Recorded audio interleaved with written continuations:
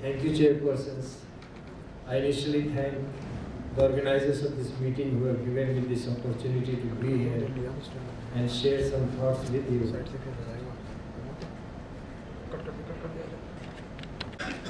Well, I'm a hardcore interventional cardiologist, and I do both vascular angioplasties, ablations, etc. Believe me, the disease burden is very high in this world as far as the cardiovascular disease goes. And unless we talk about the primary and secondary prevention, we fail the community which we are supposed to serve. I'm sure you all as clinicians working more deeply into the community, more at the front line will be facing this more than myself. It's a huge topic, very huge subject. I've just touched some basic aspects just to introduce you what I do, and I'll let you ask the questions. There's no doubt that as far as the prevalence is concerned, atherosclerosis remains the biggest scourge in form of coronary heart disease, cerebrovascular accidents, peripheral vascular disease, and other problems. So it does remain the biggest healthcare problem of the world and the biggest cause of suffering that mankind is facing these days. Coming to the primary and primordial prevention, if you are there in community, people will just tend to ignore your advice, thinking, oh, I'll just live the way I want to live and one day I'll pop off. But that's not the harsh reality. Harsh reality is that death is not going to come as just a sudden death as the first presentation to the majority of the sufferers. There's a many years of suffering before the death will come, so you have to let them know that what you are talking will not only prolong their life, will also prolong the quality of their lives. Being clinician, you all know these major risk factors, so I'll bypass them. You know what's non-modifiable. And you very well know what's modifiable, so I again bypass this. There is a reason to talk about that, because it has been seen that rural China has the least coronary artery disease, and in their diet there is minimum amount of the saturated fat. So similarly, there are certain other populations where saturated fat is not so high. They have a lower level of cholesterol and lower incidence of the atherosclerotic coronary artery disease. So it is important, and we should encourage that people should give up the yellow of the egg, red meat, saturated fat in form of desi ghee, makhan, khoya paneer. Take more fruits and vegetables. Oil will remain a primary concern in our society because we have a habit of frying the food. Any vegetable oil is good, except perhaps coconut and groundnut. Remember, the oil has a free hydrogen valency, that's why it's unsaturated. So it will tend to react whatever is there, and the industry will be forced to supply it with a tin or PVC. It will react with it. So any oil except coconut and groundnut, preferably keep it in a steel container. If somebody has family history of hypertension, reduce the salt intake and take more citrus fruit. I once read in one of the cardiac textbooks a sentence which I can never forget. It said, if there was a portion which will have the benefit of exercise, that will be the largest portion selling at the chemist. No portion can match the sale of a pill which will have benefit of exercise. Unfortunately, such thing doesn't exist. So we'll have to talk about exercise. It does improve skeletal muscle, it does improve autonomic function, endothelial function, insulin sensitivity. Exercise, if you go to the gym, is in three ways. One is isometric, people do to build a very nice physique to show off in case they are walking on a beach. Other is dynamic or isotonic, what is loosely called cardio, and third is yogasana, pranayama. Whatever you do, but dynamic aerobic exercise must be done 5 times 45 minutes a week. As a physician, we should not promote a particular exercise, because at the end of the day, doing something about an hour a day is something you should leave to the patient, whatever he prefers. So leave it to his preference. Walking is popular, encourage ear cushion shoes, and should do muscle strengthening exercises as well. So at least 5 times a week one should do exercise. Smoking, somebody, previous chairperson has already tested, so we have to reinforce that even in small quantities it's very harmful. And he mentioned how hazardous it is in diabetes, and we have a very large diabetic and pre-diabetic population. You have to tell them it's more of a psychological dependence. Unless he understands, he will not be able to quit it. Because the psychological dependence things which are more difficult to quit. I don't drink, so whatever next I may say, you may not like before the drink break. But anyway, evidence in favor of alcohol is very questionable. It is very questionable. What we know that in moderate amount it doesn't harm. But there is no doubt that once you increase the moderate amount, it's a very harmful agent. So we should not encourage people to drink. And if somebody drinks, we should tell him that it should be in moderation. Cholesterol remains a basic, one of the major risk factors. One should, across the community, we should try to target an LDL below 100. And those who are in secondary prevention, that is those who have some form of atherosclerosis, like coronary artery disease, cerebrovascular disease, peripheral vascular disease, or aneurysm, they should target at least 70. HDL is difficult to increase except perhaps exercise. There is no medicine which will increase the HDL, and we have a very large population which is very low HDL. So this again reinforces the exercise.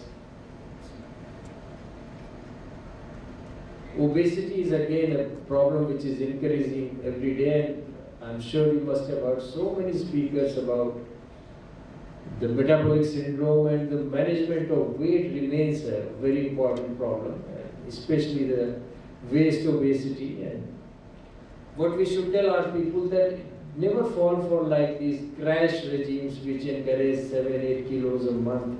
A slow, like just half or 1 kilo if one loses, in 2 years he will lose at least 25 kilos. So a slow, sustained is what we should try to encourage, and so should have a very short targets, not a very large target which are not difficult to meet.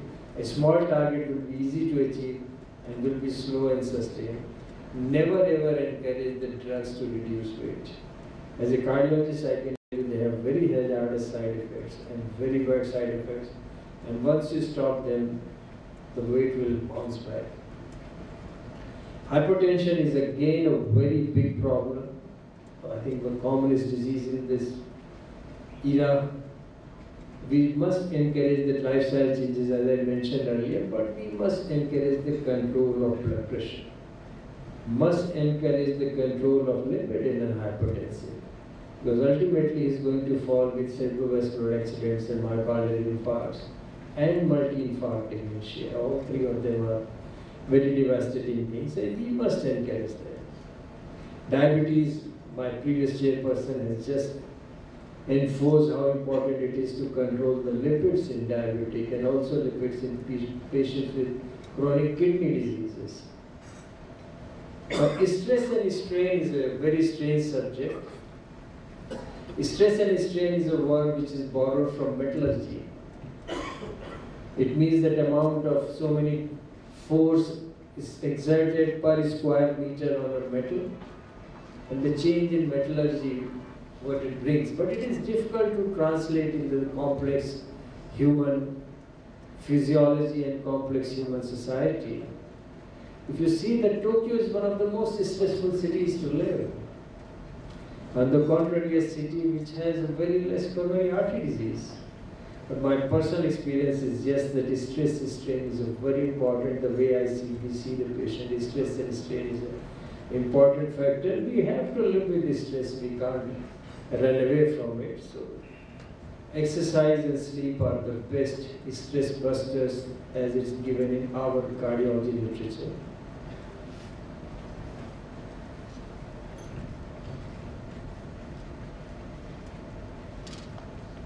So, exercise, enough sleep, some hobby, positive talks, what should be done? Coming to the pharmacology, this was again the lifestyle.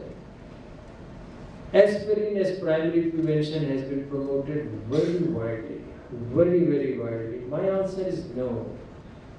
Person may cross the 40, but unless he has major risk factors, multiple like hypertension and diabetes, then in absence of coronary atherosclerosis, coronary artery disease or CVA, we should not promote aspirin. So aspirin as a primary prevention, in absence of major risk factor, in absence of major disease, the answer is no. HOPE study, unfortunately, was very widely publicized in both print media and electronic media, which forced people to sometimes in India, a country where you can just buy a drug without prescription, many people started taking Ramipril thinking it is some kind of panacea. But once again, in absence of diabetes, high blood pressure or atherosclerosis, my answer to this is no. Vitamin remains a very popular prescribed agent, prescribed pill all over the world for strange reasons. It has not sustained its place in cardiology. There is not much evidence that if you take folic acid regularly, you will be able to prevent it. So there is no general role. I think that neurologists promote B12 and B6 in a vegetarian population, so I'm not joining that debate. As far as cardiology goes, there is no place for a routine prescription for vitamins in primary prevention. Now the secondary is again, as the previous chairman explained to you, the person has already developed the disease. So here you have to give him an antiplatelet, you have to give him a statin, and there is a very strong case for an ACE inhibitor and a beta blocker. Because you like the patient has developed the disease, is already very mentally and physically devastated. If you don't give this, you have to ensure that he lives a reasonable length and quality of life. So we have to fall for this. One of the limitations which we come in managing risk factors and secondary prevention is adequate control of blood pressure. There will be a very large population where you will not be able to control the blood pressure unless until you are using multiple drugs.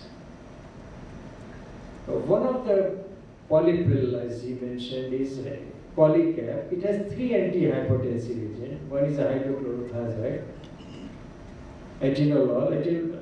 Thiazides still remain the primary first-line treatment for blood pressure.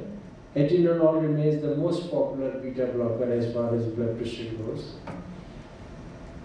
ACE inhibitors have class effect. Ramipril is a very widely studied the drug which has a long half-life. So it has these 3 antihypertensive. As I said, blood pressure control targets are very difficult to achieve as far as secondary prevention goes. It also has simvastatin, which is most widely used statin. We know more about simvastatin than any other statin today. And it is the best tolerated statin also among all the statins. And an antiplatelet, aspirin is the time-honored. So this drug has a stable and a very rational combination, and which offers a good hope for secondary prevention. As far as the subject of polypill goes, I must tell you that I personally am not a supporter of fixed drug combination. I can say that very clearly.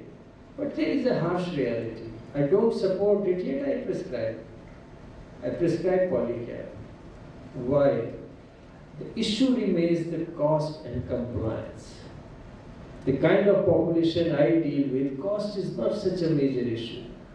But compliance of these medicines is a worldwide issue. And the basic problem is people count the number of pills they have to take. They will meet in some parties, clubs, and they discuss, I take 1 pill, I take 3. So number of pills they count. So the biggest advantage which polypill gives not only reduces the cost, and another big advantage is it reduces the number of pills. So the very fact that it reduces the number of pills which the patient has to swallow The poly pills become popular because it ensures the compliance just by reducing the number of pills. And of course, the cost is also reduced, which is a great advantage to the majority of patients.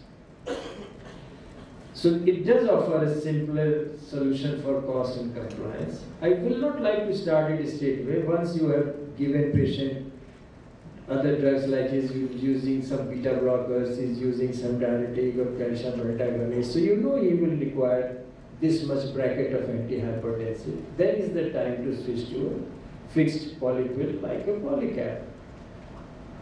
Timing of such a tablet which has an aspirin and a statin and a thiazide is the best time will be in the morning with the morning breakfast. It will ensure it, and since the diuretic is also there, best time will be breakfast for this tablet, for this capsule. However, there will be patient even despite this, the blood pressure is still beyond control. You will come across many such patients. So what I will do, I will add a dihydropyridine like an amlodipine or a cilnidipine. If still he requires, I'll add an alpha blocker to this. Once again, I mean, there the advantage was that patient was just popping one capsule. So now you have to add something for blood pressure. Sometimes you find patient whose LDL has not reached 70 and you have to do something. My personal choice will be to add another tablet of 20 milligrams simvastatin. There will be patient where triglycerides are problem. There I will like to add a fibrate like phenofibrate. If you are a prescriber of vegetamide or nicotinic acid, you can go ahead with that. But that will be my rationale of adding an anti-lipid agent here. I told you so much in favor of polypill or polycap. Anything which has so much advantages, as a rule in medicine, will also have disadvantages also. Once again, I say that primary prevention, no, big no, unless there are major risk factors. Unless there are major risk factors, primary prevention, no. And secondary preventions, when you have tried few agents, you have seen the patient need it, only then you go to a fixed drug combination. Again, the limitations, there will be patients who have developed moderate to severe left ventricular dysfunction. There, I will not like to use a long half-life salts like atenolol and ramipril, so I will switch to shorter half-life beta blockers. So this is another group where we will have to move away from polypill. ACE does cause cough in many patients. This will be another limitation you will have to move away. If the creatinine is more than 2, you have to be very careful with a sort like this. There will be patients whose stroke was a hemorrhagic stroke.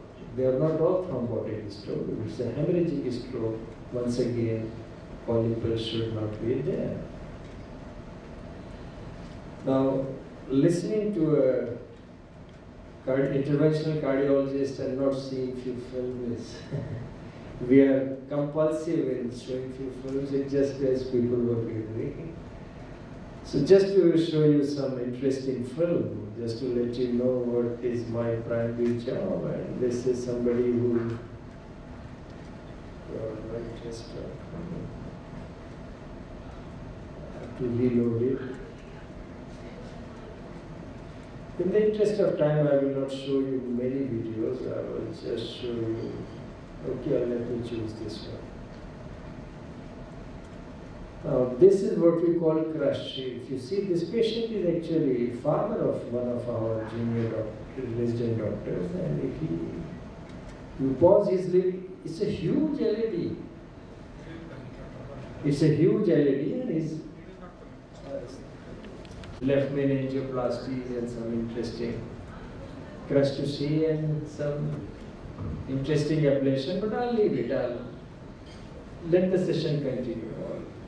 We are very late in time on this second. And I was very brief because the subject I had was very vast, and I welcome whatever questions you have later. I've closed my video files.